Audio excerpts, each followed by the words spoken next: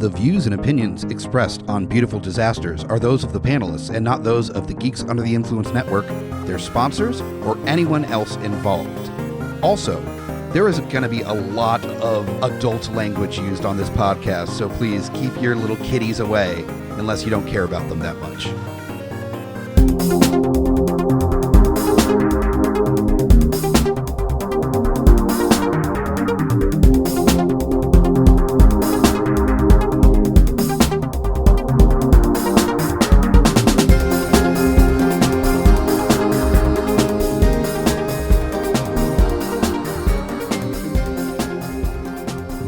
Back to another episode of Beautiful Disasters. Oh yeah, this is a full-length one too, not them goddamn schlock abuse. That's right. Yeah, that is right. Yeah, this is a full-on episode. I don't know why I was all shitty about schlock abuse anyway, but what the fuck's wrong with schlock abuse? I don't know. I think it's I had some schlock abuse, like PTSD. So yeah, me too, bro. Yes, no, this is a full episode, and this movie is seriously interesting. Yep. It's fucking fantastic. It's something else. Yeah. I don't even know how to describe it. However, we should describe our guest today. Yes. So let's introduce ourselves. All right. I am the Grutz. F.U. Hunter.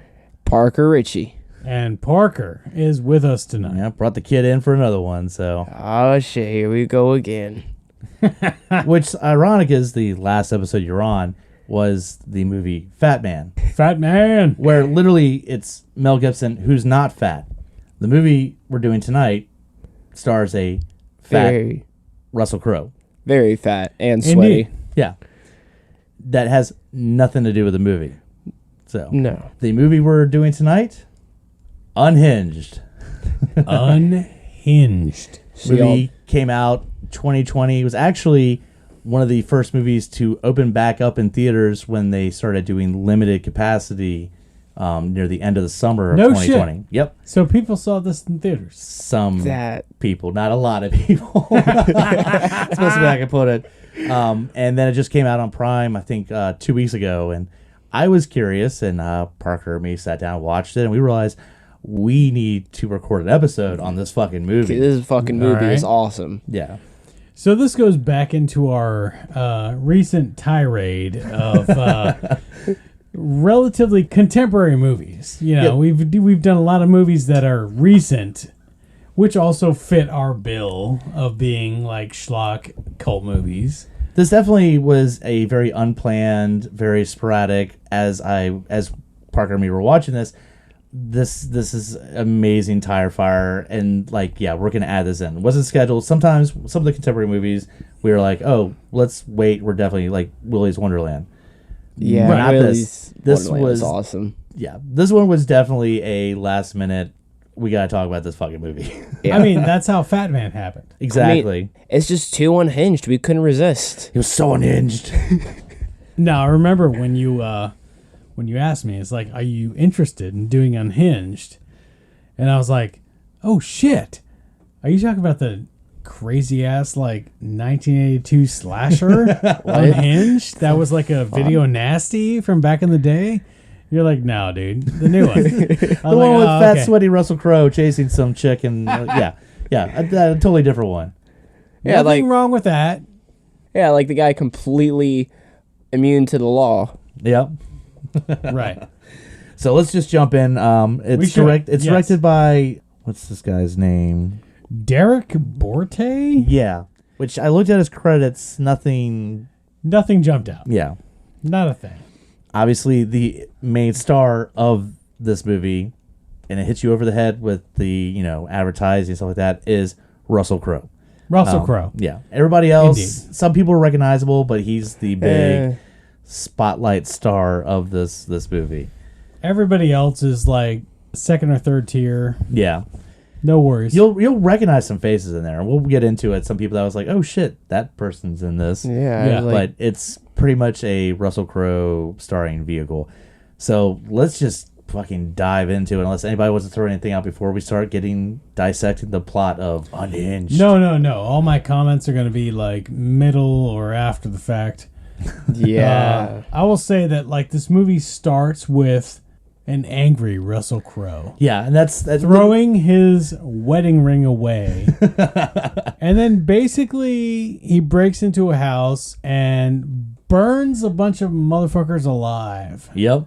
Was he having like an axe or what was it that it was he... a hammer, and I don't That's think right. they were alive. He smashed their fucking heads in. Yeah, 'cause Yeah. You see him. He's sitting in the car, and you can tell like he's got his medication, and he's obviously very like disturbed, and just gets out of the truck, walks up, just starts hammering the fuck out of the door till this guy answers like, "What are you doing?" And then he starts hammering the fuck out of that guy, and then you see a woman roll up and like inside the house and be like, "What are you doing?" And she recognizes him and then runs away. And then you don't see her getting hammered, but you kind of hear her screaming very loudly, getting Everybody's all goopy. dead. Yeah.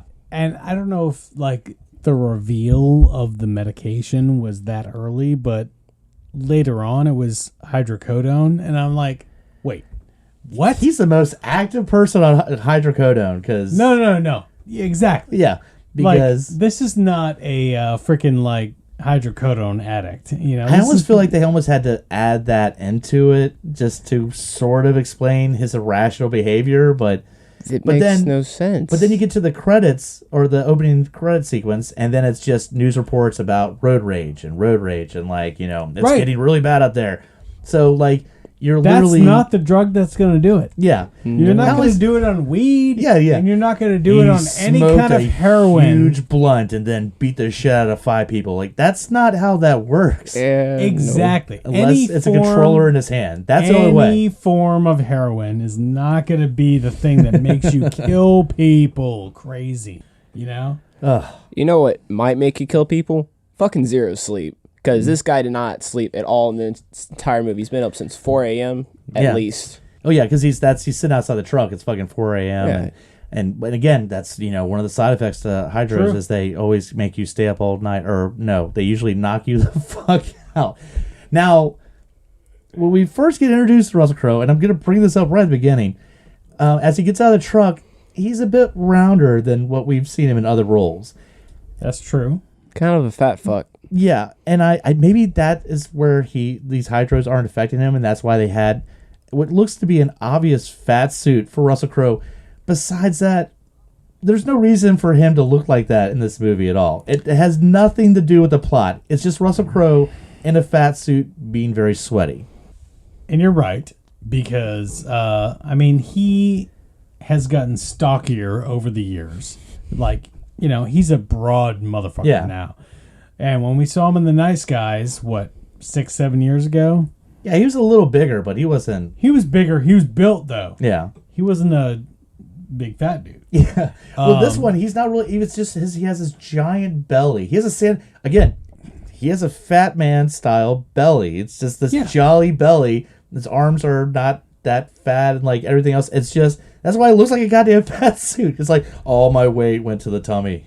I'm sure it is. I'm sure it is. Like, I'm not arguing this fact. Yeah. But it was a choice made, and we're going to continue. Yeah, exactly. Okay. It just throws me off because you hear of, different actors who dive into these roles. De Niro in Raging Bull, gaining weight. Yeah. Fucking Tom Hanks in Castaway, who fucking like gained some weight and then lost a fuck ton of weight. And those make sense. Raging Bull, obviously, it's a biopic on there. Right. Castaway, you've got to show the, years of living on a fucking desert island. This movie, not so much. You can have a Russell Crowe any size because it has no factor. So that's why it just kind of threw me off. That's true, yeah. He doesn't have to do the Christian Bale, fucking, Yeah, exactly. when he's doing, what's his nuts from the government Yeah. in Vice. Because he gained a lot of weight for that. But then we all right, so then it cuts to black. Russell Crowe, fatty, kills his fucking family, and then it goes to black. Then we get to mom waking up on the couch to her lawyer, pretty much telling her that she's going through this divorce, and the husband wants the house, and she's freaking the fuck out. But then she also realizes, oh shit, I'm late as fuck. Like she didn't set alarms. Kid comes down like, oh, we gotta go to school now, mom, and you realize, oh, she's one of these people that's constantly fucking late. And this kid shit talks his mom the entire fucking movie. Yeah, Like, he does. he just hates her. He's guts. pretty fucking burned out on her too. Yeah, he's like funny. fucking done. Well, I guess that's a legit. Well, because she gets to this point where she's like stuck in the freeway and she's like, you know what I hate? People and cars. And he's like, well, you wouldn't hate them if you actually got up on time, Mom. Like, and I'm like, God damn. Like, and by the way, this is literally right after you find out that, as she's running late, she's got to drop the kid off at school and she calls her client to let him know that she's going to be running late. The client's like, fuck this, I'm done. Like, which is weird because she was like, I'm going to be like 15, 20 minutes late. I'm stuck in traffic. And she's like, this happens all the time. We're fucking done. I was like, God Says you're damn. fired. Yeah, you're fired. Well, I mean, that's legit. Yeah. Though. I mean, like, So you have somebody come in late to work a million times, you're like, you're done with them. Yeah, well, and the whole thing is that you can tell she's down on her luck because she's living at her brother's and his fiance's house. You know, so obviously she's trying to get her shit together. She's losing clients. You know, she's late as fuck. Of course, she's on the regular road, and then she's like, "I'm gonna jump on the freeway." Her son, again, just to much keep smarter. fucking just keep reminding Mom, you're fucking shit up. He's like, "You're gonna get into traffic," and she gets into traffic, and so Yeah. she's pissed as fuck. Finally, she sees a way to get off the freeway. She rolls her there. She's already stressed because she lost a client. Kid's gonna be. He's like, "Mom, we're gonna have another fucking tardy." And you're like, Get "Damn, the fucking detention. something needs to happen here." But she's at the light. Light changes. The truck in front of her won't fucking go. She starts honking. He won't fucking do anything. She's fucking slamming on that horn. So finally, the light's turning yellow. She drives around there, fucking says, I don't know, calls him an asshole or like that, and then turns. You're like, all right. And then you're like, wait, that's the same truck from earlier in the movie. And we find out as she's waiting at the next light, here rolls in the big truck. He tells her son, who's in the back seat, to roll down the window. And then we get introduced to some sort of Russell Crowe accent. I would, again, describe it as him trying to do Bill Clinton, but with his food in his mouth. I don't know, but he tells the kid to roll down the window, and he said, we do courtesy. It's the way you do it is a courtesy, honk. Like, Hey, you know what a courtesy honk is, kid? yeah, and it's talking shit to this kid who's in the back seat, and then demands an apology because the mom honk raped him is the best way I could put it. Yeah, like how dare you honk rape me over and over again, and That might be the some version of the secondary. Because that's for how this he episode. reacts. He is holy fuck, and she's just like, "Hey, you didn't fucking go. I'm late," and he's like, "Well, you know what? We all got places to fucking be. Yeah," and she's like, and she's like, "Well, I'm having, he's like, I'm gonna apologize," and she's like, "Okay, fine, whatever," and he's like, "Now, where's my apology?" And she's like, "Fuck off," and of course, I didn't stress this, but her car's beat to shit. So now that really awkward part where now keeps talking to her, and her son can't roll the window because the car's fucking old as shit, and so she's like, "Roll the window." He's like, "I can't, Mom." And so he's just like, You'll know what a bad day is." And you're like, what the fuck is going on? And there we go. We started off, and pretty much she's driving, and then he's chasing her and gets in front of her, and then slams his car to stop traffic just to do some weird stare down at her. Or just to fuck with her was Yeah. really what it was about. Now I'm going to remind you, one thing we forgot to bring up too is that before they left the house in the morning, the newscast already is talking about the double homicide and the house on fire, and to look out for a gray pickup truck. Right. So he's wanted at this point. He's been identified and wanted by the police. A theme throughout the entire movie, the police department in whatever fictitious town this is, They fucking suck. They suck. And I am of the theory, because it looks like it's DC a little bit at different I times. thought it was Atlanta. It might have been, but did they actually ever say it? Because I couldn't see any license plates. And I not feel like sure. they might have actually said what the town was, but then because of how shitty the response by the police force, they made it like a nameless town. Because you got this guy who's wanted by cops, double homicide, stopping fucking traffic, and he continues to get away with shit throughout this fucking movie. Well, I mean, cops are cops. Yeah, I know. And, They got a lot to do. it's just you kind of keep expecting for somebody to show up in different scenes of this movie. Yeah. And nobody ever shows up, or they show up way the fuck late. So, I mean, the basic gist is that she is unresponsive in her sort of vehicular needs.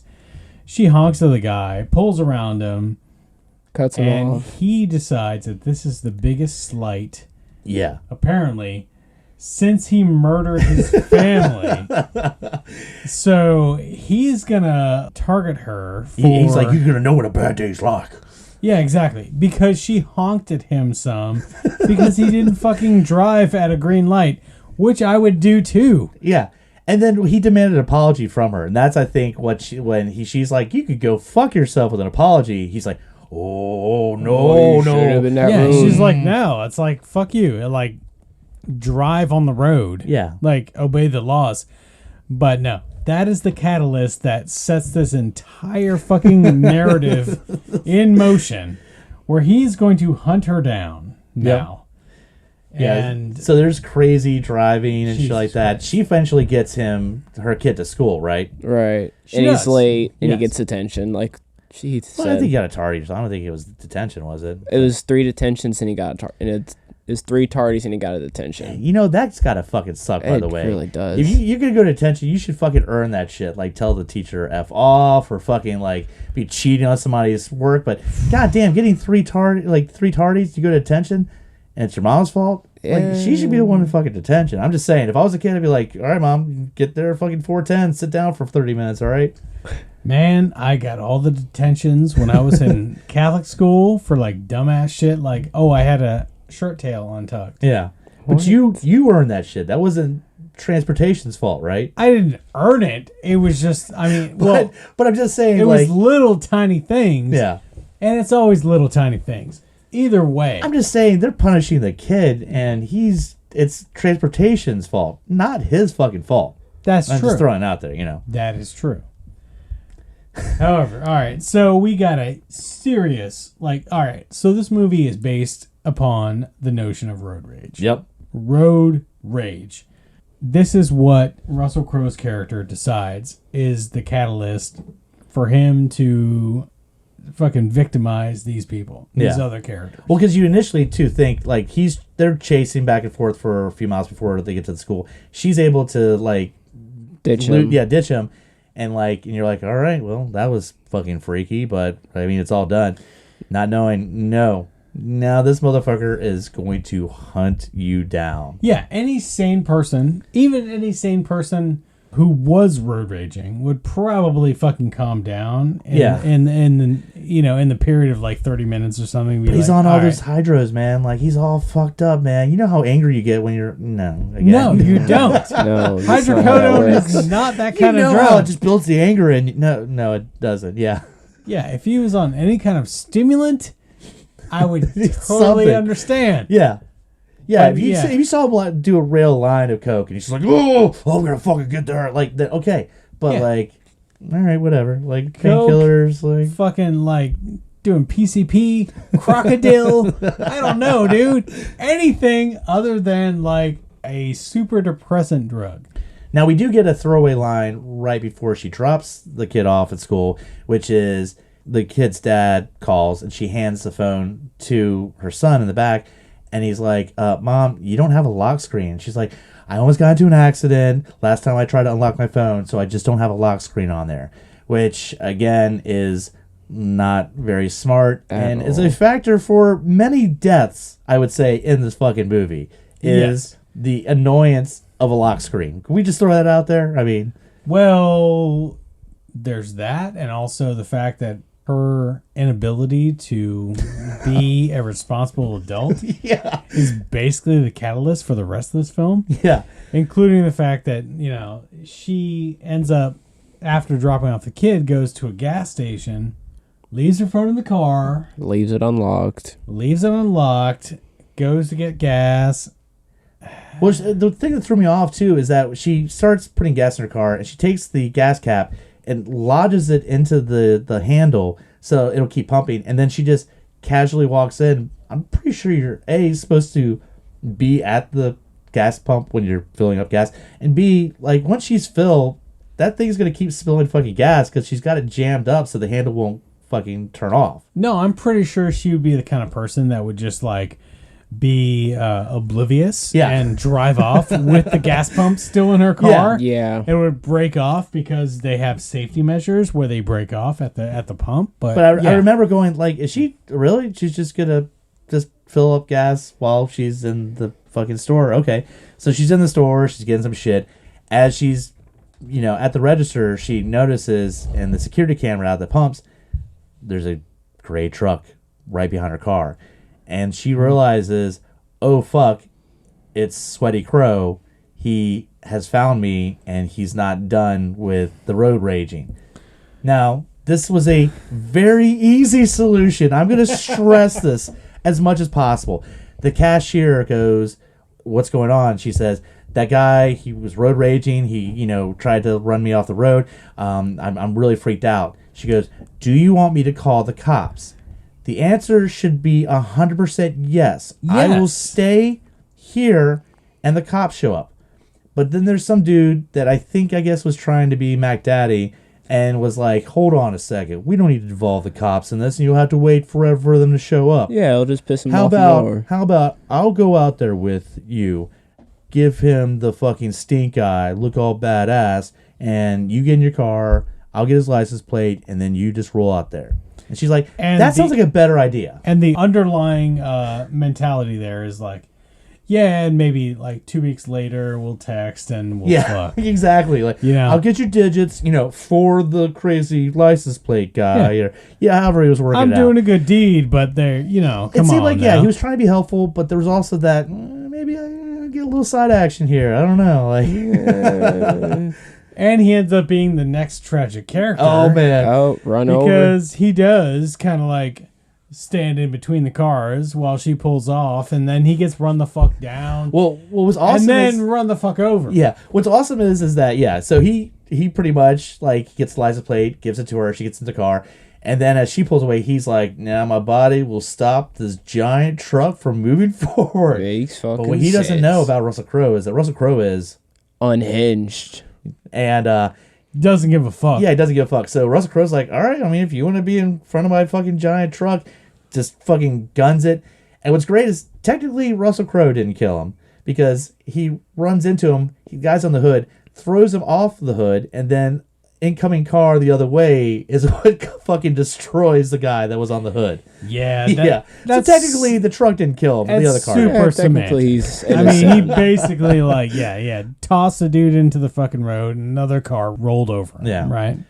So she, before she got on the gas station, had made an appointment. She was actually going to meet her buddy, who is also, I guess, her divorce court lawyer, at a breakfast place to go over some shit. Right. And played by the dude who was one of the, what brothers were they? The Boyles. The Boyles. Yeah. Yeah, from... It's Always Sunny. Always the Sunny. Same dude that was in Westworld. And, yes! Yeah. So as she had already set up this appointment, and then she went to the gas station. Well, as she's driving, there's Russell Crowe chasing her again. There's epic back and forth. Literally, they're at a stop sign or stoplight, and his truck is ramming into her over and over again. All the other cars see this. Nobody does anything. Again, this dude is wanted by the police. He's now slamming the station wagon over and over again. And people are like, yep, what can you do? At least she has a Volvo, so you know she's secure. Yeah, but still, if you're like in another lane, you see a giant fucking truck slamming this Volvo over and over again, wouldn't you be like, shouldn't I fucking do something? Probably call the cops or something. Like, you know what? She probably cut him off. No, whatever. this is Chicago, just like New York. Like everyone's just got their blinders on and eyes forward. Like, somebody's getting raped over there. Yeah. It's like I'm just trying to get to work. Yeah, But eventually he runs her off the one side of the road and he drives another way and she's like, feels Going like, in okay. oncoming Yeah, traffic. yeah, she has to drive an oncoming traffic. That's right, because then she gets greeted by the Some nicest sassy- accepting lady ever. Yeah, you want to Some go with it? sassy black girl that just curses her the fuck out for like 5 minutes straight. She's like trying to apologize, but she just keeps saying "fuck you, bitch," and just like, fuck bitch, off. what are you doing? Like, yeah. One-way street. Yeah, one-way street. And she's like, I'm sorry, this conversation. Like, I don't fucking care. Get the fuck out of here. So, but she finally avoided, Sweaty Crow, and she parks in a parking space to catch her breath, think Right. about maybe potentially going to the cops, but not actually doing it. Just She doesn't have her phone. yeah. Well, she starts searching for her phone. Oh, because that's She right. did he that shows. yeah. He shows her. Hey, you're missing something. Like Yep. Yeah, she couldn't find her phone. Yeah, he got it. And then this. All right. Up to this point, I would just say this. It's goofy, but yeah, it's road rage, and he's going after her, and he found her car at the gas station, and it's pretty nuts. But you're like, okay, so this guy wants to cause her to get into an accident or something like that. The next scene is where you're like, okay, what the fuck am I watching here? Because That's where he goes crazy. well, that's where literally it cuts to the breakfast place. There is one of the McBoyle twins Yes. sitting at the table, and in comes in Sweaty Crow. and That's true. apparently he gives a fake name, Tom Cooper, and says that he's an old friend of hers. And just sits down right there at the table, like, hey. And you realize, Guy doesn't know. yeah, the only thing he knows, and they both kind of bond over, I'm a friend of Rachel's, and you know how she's always late. And the lawyer's like, that is Rachel. So, like, right there, he passed the, do you know Rachel? Because he's like, you know how she's always fucking late to meetings. And he's like, I That's know true. what you're talking about. You obviously must know Rachel, because you called her on the being late for shit. But he didn't play that shit for long because no. it wasn't long after that he fucking smashed a coffee cup into that dude's face. Well, what you find- broke his fucking face. Yeah. You know, the funny part about that is, you know how he said, you want to make a bet if I can get her on the phone, right? And if he could get the call, her to answer, he's like, you'll buy me a cup of coffee. And if she doesn't pick up, you get the cup of coffee. Well, technically, he still gets the fucking cup of coffee, just to the Good fucking call. face. That's a good call. I didn't even think about I that. didn't even think of that either. Yeah, That's he kind of does get amazing. he does get the cup of coffee in his face, which Dude, breaks his way fucking to go, nose. Marcus. Free. Wow. Good job, Because bro. yeah, what you find out is he has her phone. He then he's like, he makes his bet with the lawyer, and he's like, if I get her on the phone, and then he calls this number, and she hears the phone ringing, and she finds in their center console the oldest fucking flip phone, because of course Russell Crowe, crazy a guy, fucking cheap shit. I'm just saying, has the most basic flip phone. Oh yeah. He left her with a fucking burner. Yeah. But he hands her, he pretty much calls and then hands the phone to the lawyer. The lawyer's like, hey, I'm just here talking to your apparently good friend, Tom Cooper. And she's like, no.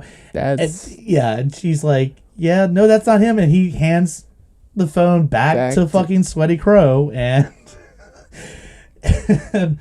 all right.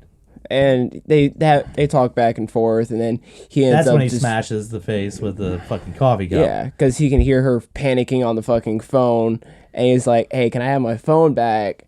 And he just smashes the fucking cup on his face. And one of the things that really bothered me about this scene is that we're not talking about like a empty diner with maybe one or two guests over there. This is like at a fucking IHOP that's packed. There's at least 30 plus motherfuckers at all these other tables. So imagine you're sitting at another table and you see some dude take a fucking coffee cup and just smash it in a guy's face. You think, okay, this is getting kind of serious. Call the cops. If this gets escalates anymore, People maybe will someone should notice. do something. Or not a single Just fucking soul. Sit there, and they all sat there and fucking watched as this dude punched the shit out of him several times, and then proceeded to kill him with a fucking butter knife. Yeah, because he literally puts on the he's like, I'm gonna show you real pain or whatever.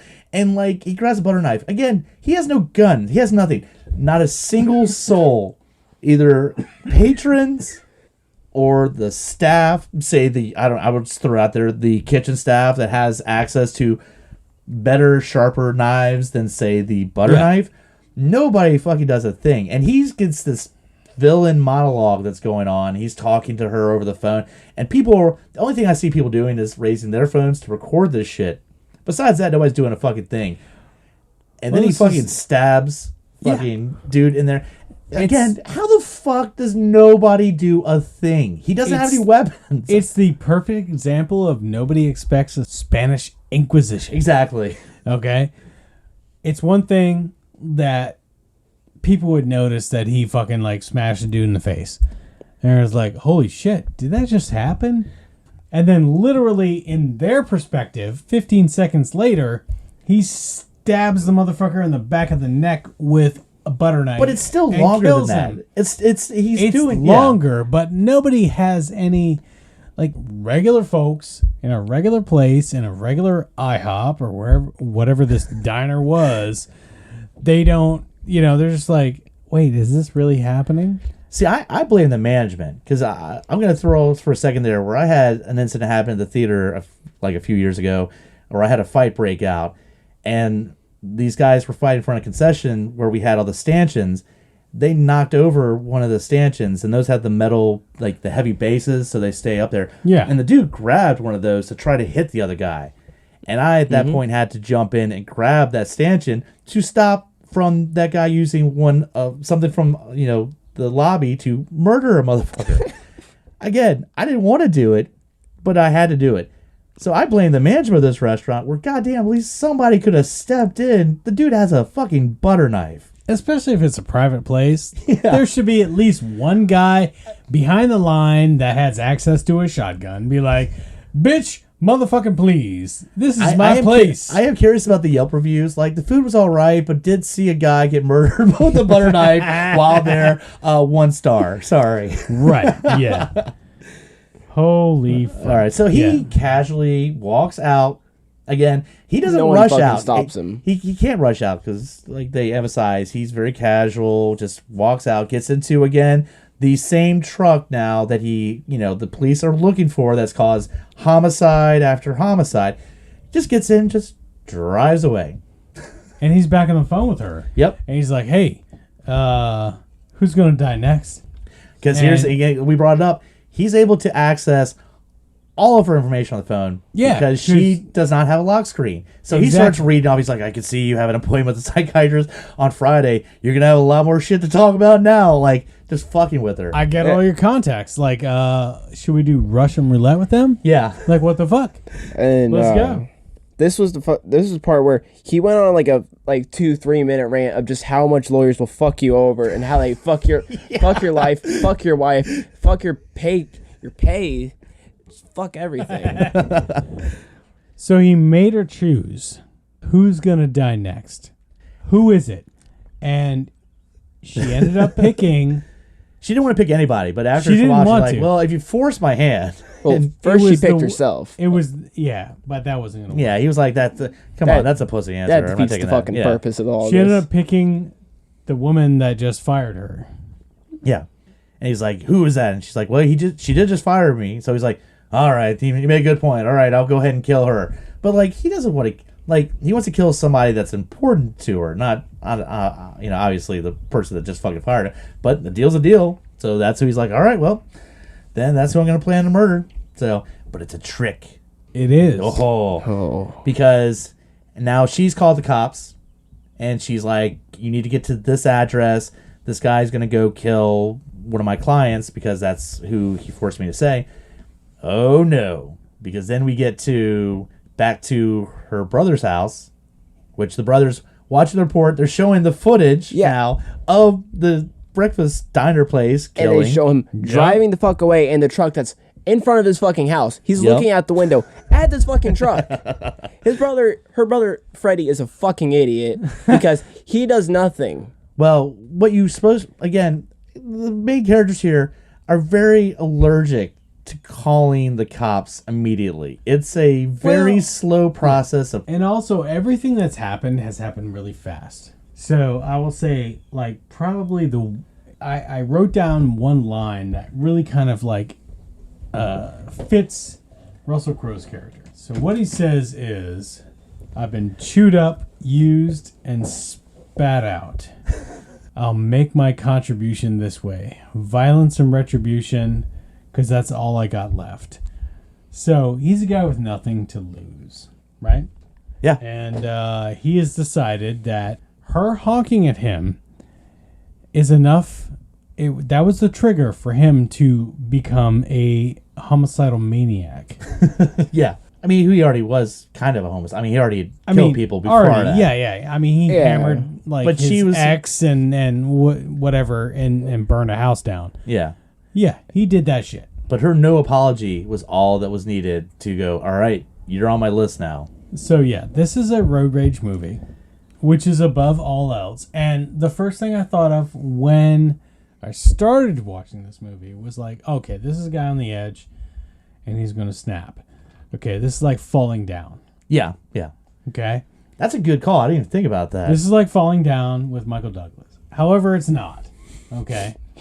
It really isn't. No, because that was this Falling is Down. way more shallow. Yeah, The Falling Down was one of the few good Schumacher movies. Exactly. That was a dude who was on his edge and things happened and he snapped and he became a vigilante.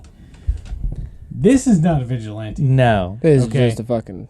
This dude just snaps and takes his shit out on some innocent people who might have not been as courteous as they could have been Yeah. on the roadway. Well, he just says, Which- you're going to have the worst day ever. Like, he's guaranteed now. Like, No, exactly. Yeah. Like right after she honks at him, he pulls up beside her. It's like, fucking apologize.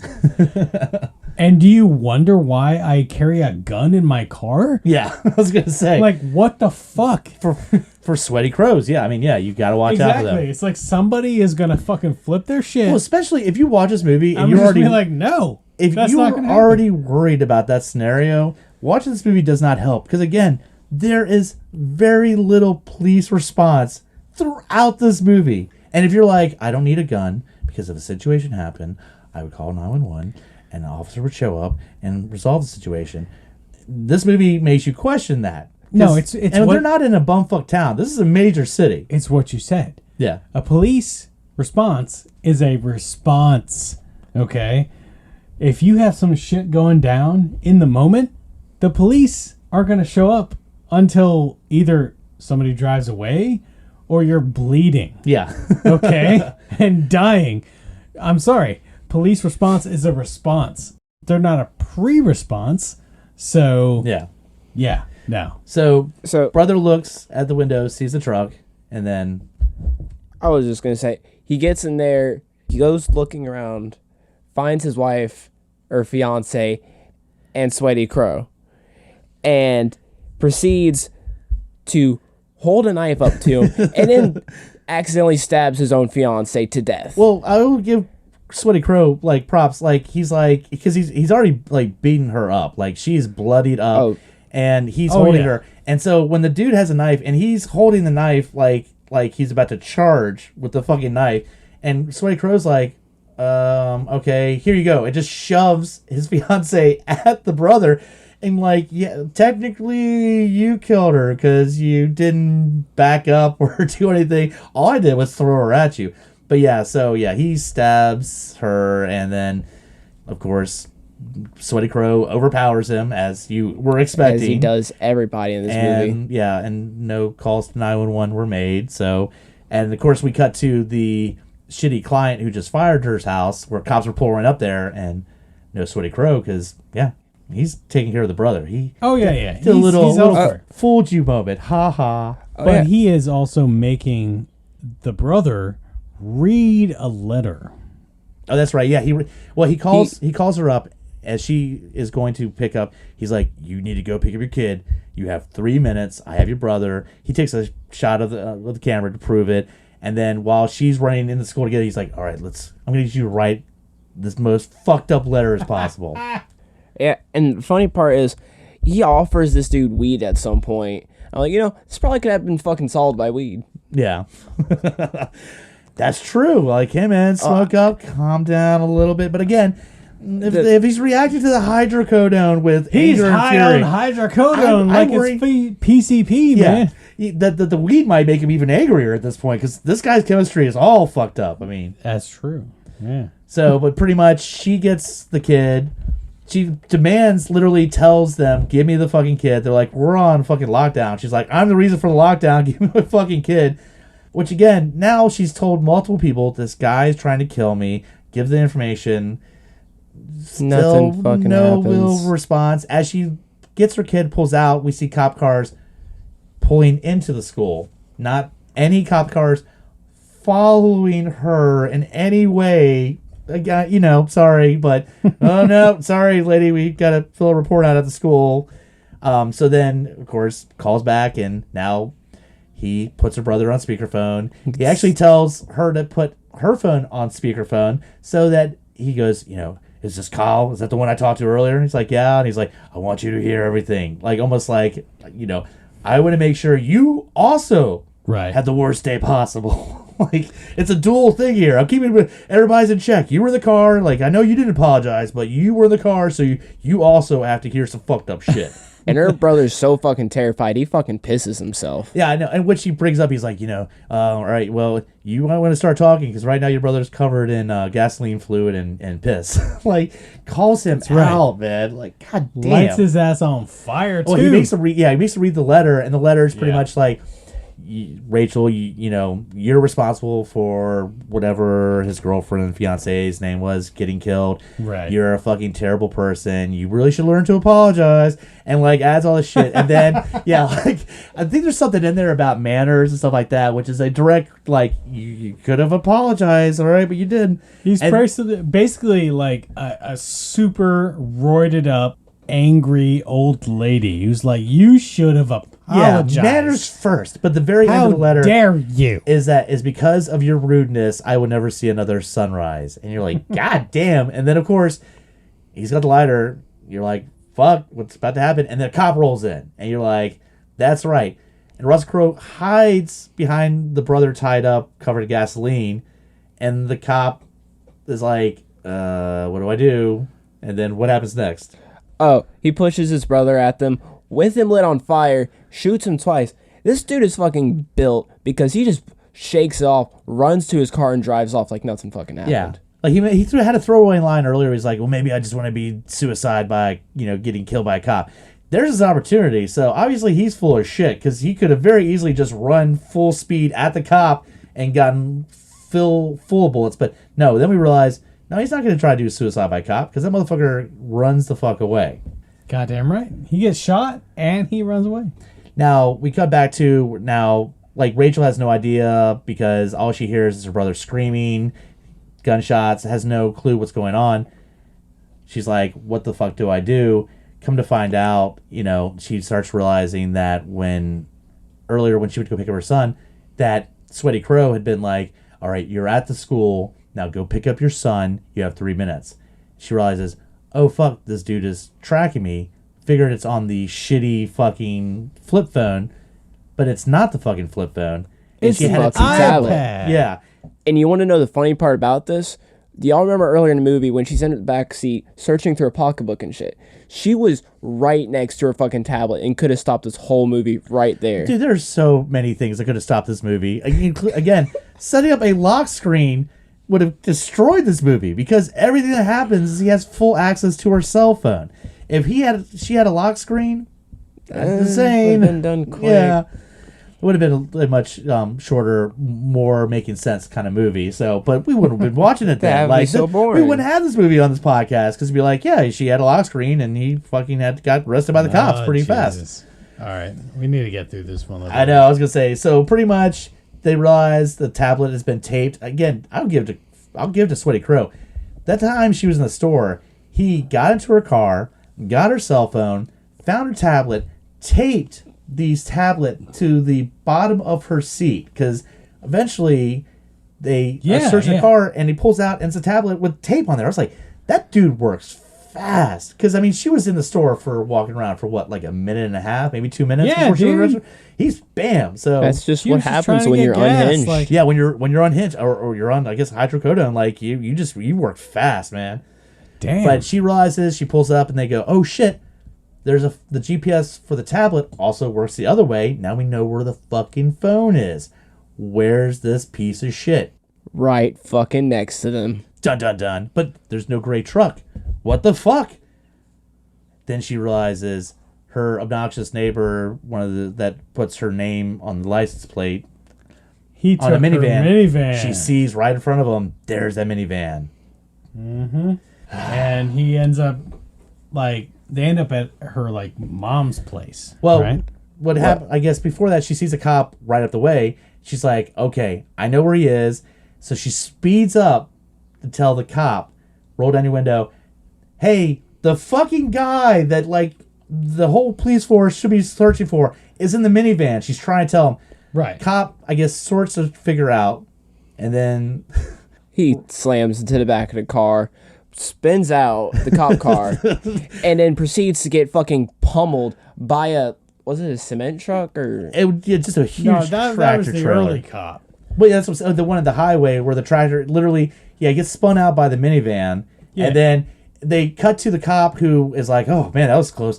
Goes to radio in, and then it's what, like 0.2 seconds as he's about to radio in, fucking giant fucking Mack truck Just flats them. didn't break at all, man. I don't know if that tractor trailer saw this as an opportunity or what, because that thing turned that car into fucking mush, and the cop into mush. Like that thing went full speed. Yeah. Yeah, we're talking about some maximum overdrive kind of fucking But shit. she does end up ramming the minivan. Well, she spins him out, but then he gets the cop, and then he's chasing her, and she decides to get off the exit of her neighborhood because she knows that those suburban roads, they're like a spider web. Like they're very confusing. Exactly. Like they reference, what game is There's it? Parker, you would know this. Which game is it? Fortnite, and they actually describe the streets. The streets are a maze of spaghetti, is what Freddy earlier in the movie said, and what gave her the idea to go into the neighborhood. There you go. And That's right. Between them going in the neighborhood and the crash,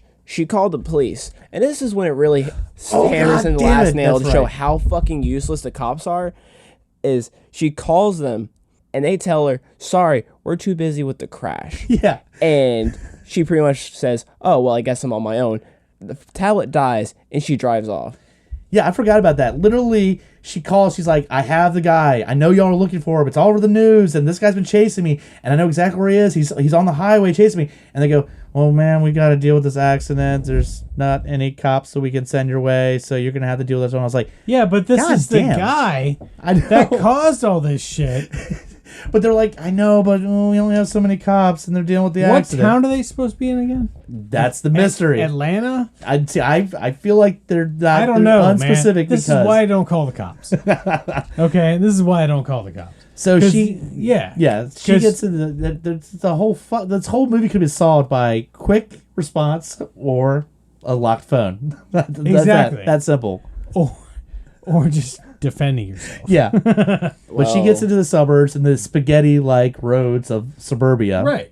And she actually has a plan where she gets to her house that I guess she's not living in right now because Yeah, mom's house. It's her mom's house. It's her mom's house, yeah. Yeah. She knows that she sends Kyle into the house to set off the silent alarm, and then she's going to wait it out until Russell Crowe, who can't use the Right. GPS anymore, slowly drives through this neighborhood. Again, we forgot to mention how he caused a few more deaths on the highway. Some lady Yeah. crashing into the wall.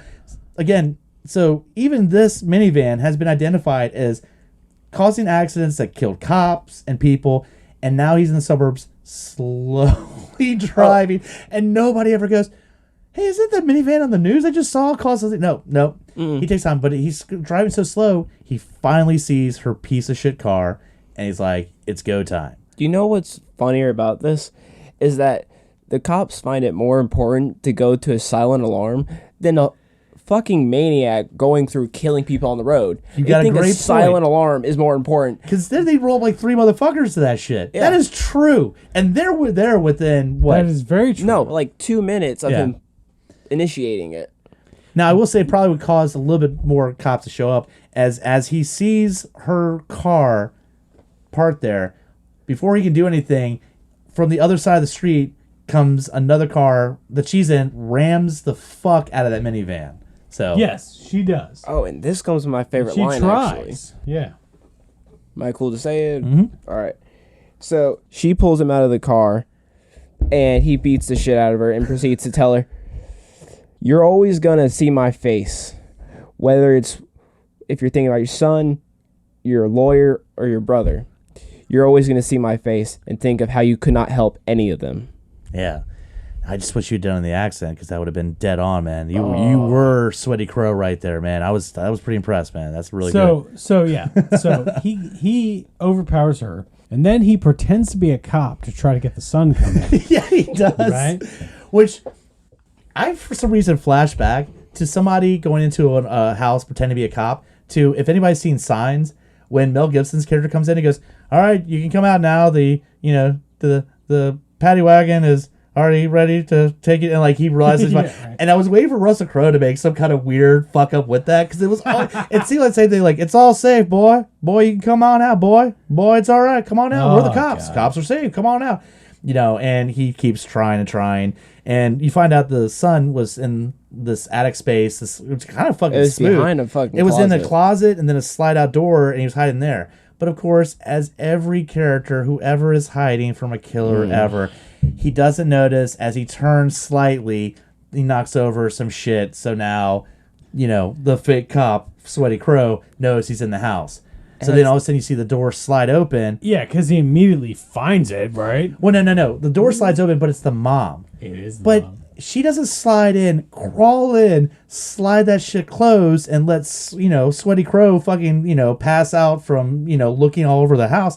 And And the bleeding blood. to death from gunshots. I forgot about those gunshots. Well, he's on hydrocodone. Those gunshots mean nothing to him. That's right. Yeah. But she leaves she goes in halfway, tells him it'll be okay, just be quiet, continues to talk to him long enough that you're like, okay. And then of course she gets pulled dragged out because there's Sweaty Crow that's like, oh, you're in trouble now. Grabs her, kid comes out. The kid actually represents. He grabs one of those fire pokers, right? No, that's his mom. He grabs a shovel. Yeah, he grabs a shovel, hits her, then she grabs a fire poker. But at least the kid's like not. Hey, they're fighting back. Yeah, he's like love fucking it. standing up. So and she's getting the shit beat out of her like by him pretty fast. And he's still very strong for being shot twice because he got shot in the shoulder and the side, right? Yeah, I mean, but who he's the fuck? full of rage. In which my subtitles, by the way, at some points said growling sounds, which was kind of awesome. There was some kind of sound like that where they were like, he's not making a word, but he's very growly. Yeah, and he pretty much is attacking her, grabs him, knocks her over, and then grabs very looking for quick weapons. He grabs the fucking Wire. Yeah, wire Off from a radio? or no Or TV TV. set. Yeah, yanks it. He's like, this will choke somebody, and grabs and starts Wrapping choking it the around. shit out of the kid. And then, oh man, Oh. Does she they grab? reference it very early in the movie, and then she found in her purse that she has these special Candy cane scissors. Scissors. Yeah, for her haircuts. And this is where we lead to the best fucking scene in this movie. Yes. Because she jumps at him with the scissors. Action shoves movie it in his style. eye. But action movie style. She doesn't run towards him. She jumps off the bed, scissors in hand, and lands exactly in his eye. Like, if you ran towards him, that's one thing, but she it's like this slow motion moment almost, but in regular speed. She didn't have to stab him multiple times. Yeah. No. In all the she- eye. She lunged at him in midair and then lands into his eye, which was fucking awesome. And then, all right, That's as long as fucking you're all right wild. with Grutz, I believe Parker would love to say the best and one of the final lines of this movie. So, Absolutely. Scissors are in his eye. He's still moving, kind of freaking out. And she says, here's your fucking courtesy tap. And kicks the scissors through his head. bam. Done. That was my favorite part of the movie. The movie's ridiculous. It went back 80s style action hero, yippee-ki-yay motherfucker. That moment, that line was so amazing and ridiculous and fit this movie perfectly. So, Do you know what was the most unneeded thing at the end of this? Was the fact that, what is it? They're on their way to the hospital. because the cops show up right after that. Of right? course. Yeah. And they take their statements. They take all their statements and like blah, blah, blah, resolving shit in the movie. Well, because the cop that was earlier had shot Sweaty Crow is there now at the scene of the house and calls the mom over to talk to her separately, and then comes back with the news that Uncle Freddy's alive. He only slightly got burned. He didn't get burned to death. So That's a Right. plus. high five. So they're on the Yeah. way to the hospital. Right. And guess what happens? Jesus Christ. Somebody like fucking like runs a light and she hits the brakes and she's about to hit the horn. And the son's like, I'm glad you didn't do that. Yeah, Good choice, Mom. And I was just like, God, it's no. her hand's shaking, and she's like, she held herself back from honking the horn. Yeah, the kid. No, this movie's fucking rhetoric, the fucking, like, the goddamn message of this movie is not about, like, don't not back down to asshole drivers. Yeah. But that scene almost, you could have added the, like, wah, wah, where it's like, good call, Mom. Like, it was so necessary. Mind you, she has to drive herself and her son to the hospital. You know what? Pay the little extra. Get the ambulance to pick you up. All right, your kid almost was choked to death. You got the shit beat out of him. There's no reason to take a family trip to the hospital. Let's get that ambulance ride. All right. Nothing about this movie makes sense. Okay, in that circumstance, where they ended the movie, they should have all had like freaking EMS rides anywhere they wanted to go. When they cut to the kid saying, it's good, smart choice, whatever, you can see the lines on his neck where Russell Crowe had been choking the fuck. That's something you want to get. You want to go to the hospital, but you are allowed to ride an ambulance. Again, you do not have to do self-drive. Yeah, when you have like a crazy ass like police presence, there are investigators there. There are people that are injured and hurt and all that kind of shit. Everybody on the police force is at that house, is by the way. getting a fucking ambulance ride. They're getting EMS attention, all that shit.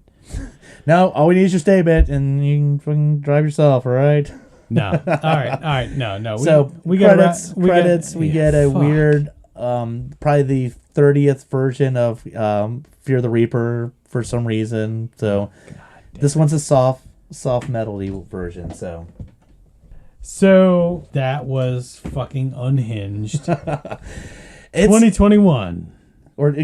Technically came out in 2020, but yeah. Oh, my bad. But it is for us now. I guess we've covered a few of the 2020 movies. We have. We've again. It's not good. It's fucking ridiculous. But if you want just to watch just insane plot devices and see Russell Crowe with whatever accent he's doing, wearing what could potentially be a fat suit and being sweaty and covered in blood splatter throughout the movie, this is the movie for you. He sounded like he had like a Georgia accent for like the first 5 lines he had. And then the rest of it was just like Russell Crowe. Yeah. I think he sounded kind of New York in the restaurant when he was talking to the lawyer. Yeah, it was I'll still say Bill Clinton. It was a soft kind of southern pitch thing that got angry at times. But he didn't maintain it. I know. He sounded like he was just doing Russell Crowe American accent for like the last like 2/3 of the movie.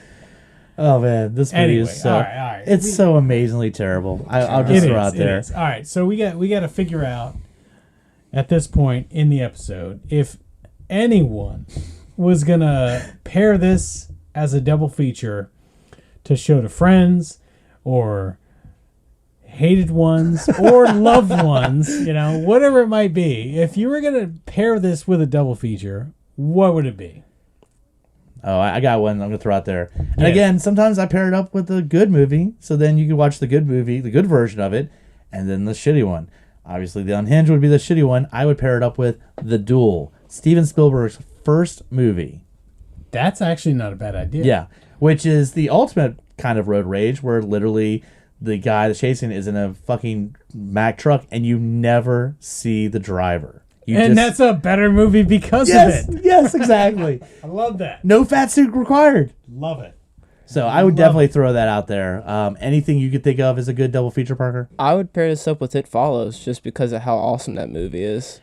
I know what you're doing, and that's the wrong podcast, but I know what you're doing right now because you're just trying to piss me the fuck off. Well, actually, no, I'm going to back you up on this because, like, It Follows is not a terrible movie. Yeah, it's a. I know this, your dad hates this movie. I'm calling Lowdown right the fuck now. I don't care I if we're know. recording. He hates this movie, but it's not a terrible movie. It's actually well shot. Man. And, Is that your serious and one? It's well shot, and it's actually a good concept. I'm not going to say it's the best movie ever, but it doesn't deserve the hate that you have given it. As soon as we're done recording, I am goddamn calling Lowdown to let him know what just happened on this recording. Are you seriously gonna like spank your teenage son No, after this podcast? I'm just more ashamed that that's what he would throw out there. Oh. It Follows is not the worst movie as you've painted it to be. Yeah. My friend. All right, so do you have any other suggestions, or is that your go-to? No, that was the That's my best fucking go-to. suggestion All right. of all time. I love that shit. God damn it, Follows. All right, anyhow, Grutz, so what would be your... Okay, so my double feature suggestion is not a double feature suggestion. It is a single feature suggestion, and you should watch Falling Down and then not watch this movie. Because Falling Down is the best fucking movie of all time where Michael Douglas loses his goddamn mind, freaks the fuck out, goes off his rails, and wrecks shit and goes like insane, and you don't need to watch Unhinged after Now, that. I will say this, though. The police response in L.A.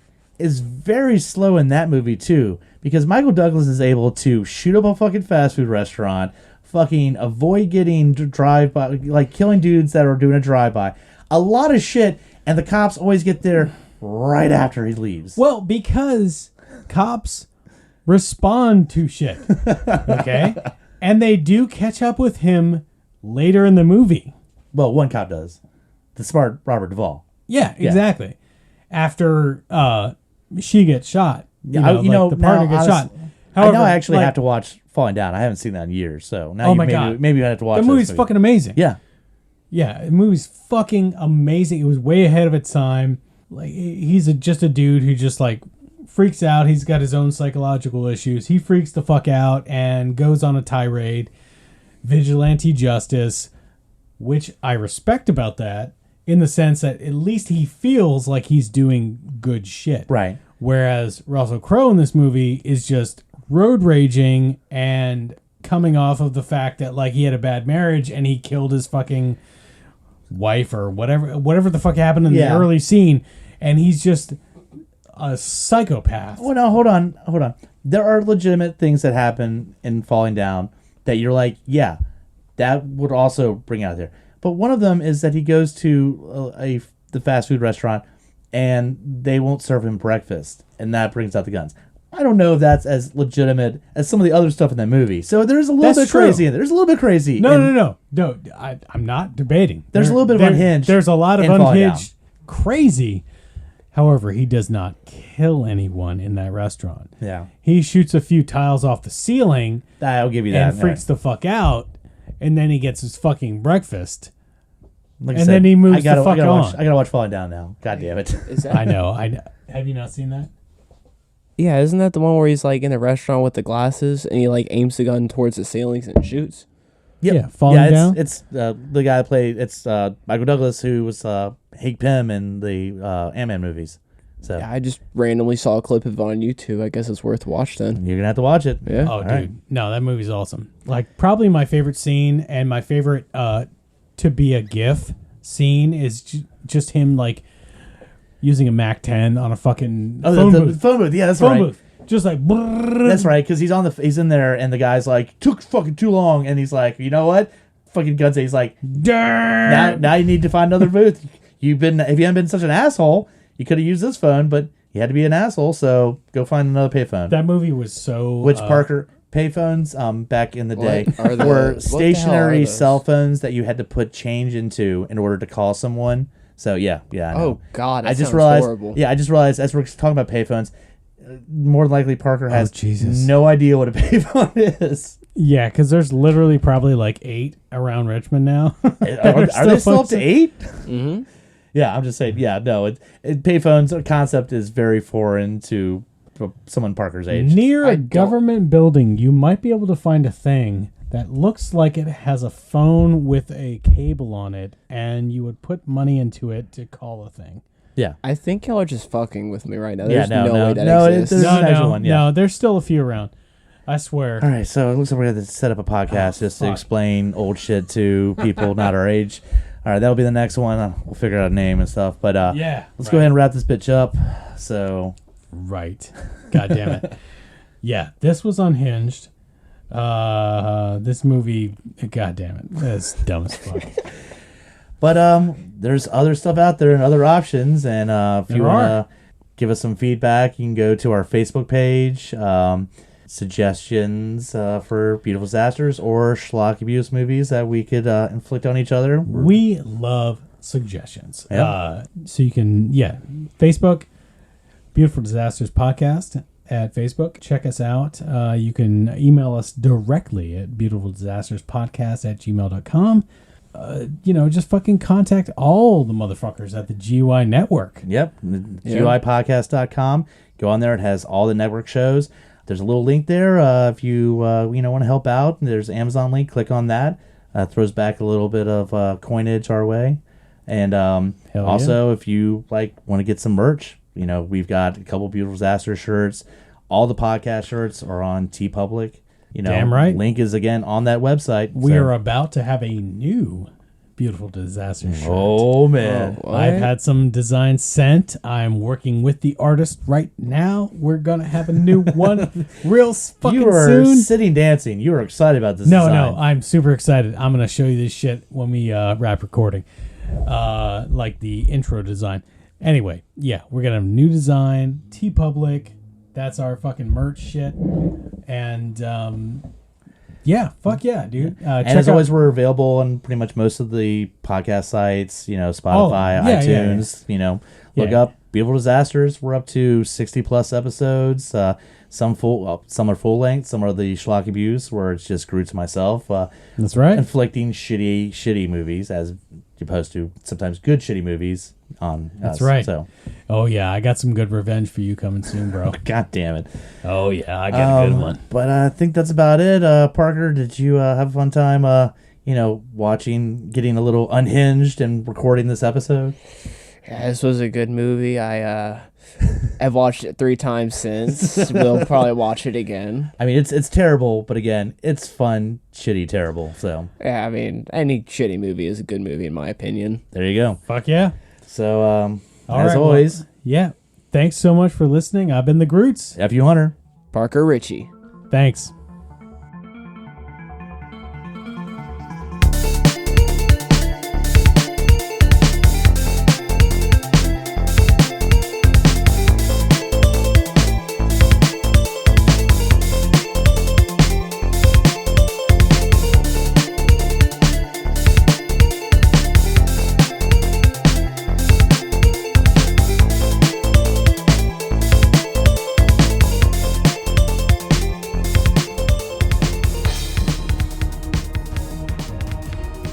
Coming straight from the mouths of madness, I'm Lowdown. I'm F you Hunter. Do you love horror? We fucking do. So this is a podcast dedicated to all things in cinematic horror. We're talking movies, television, composers, special effects artists. We're gonna fucking cover it. So if you love horror, Embrace the madness.